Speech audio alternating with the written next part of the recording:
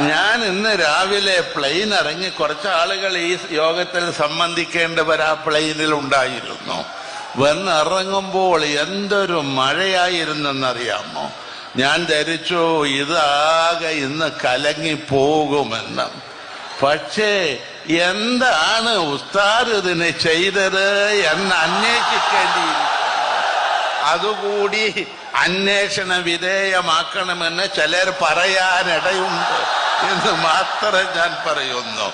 ഏതായാലും ഈ സമ്മേളനം ഒരു കാര്യം തെളിയിക്കപ്പെട്ടിരിക്കുകയാണ്.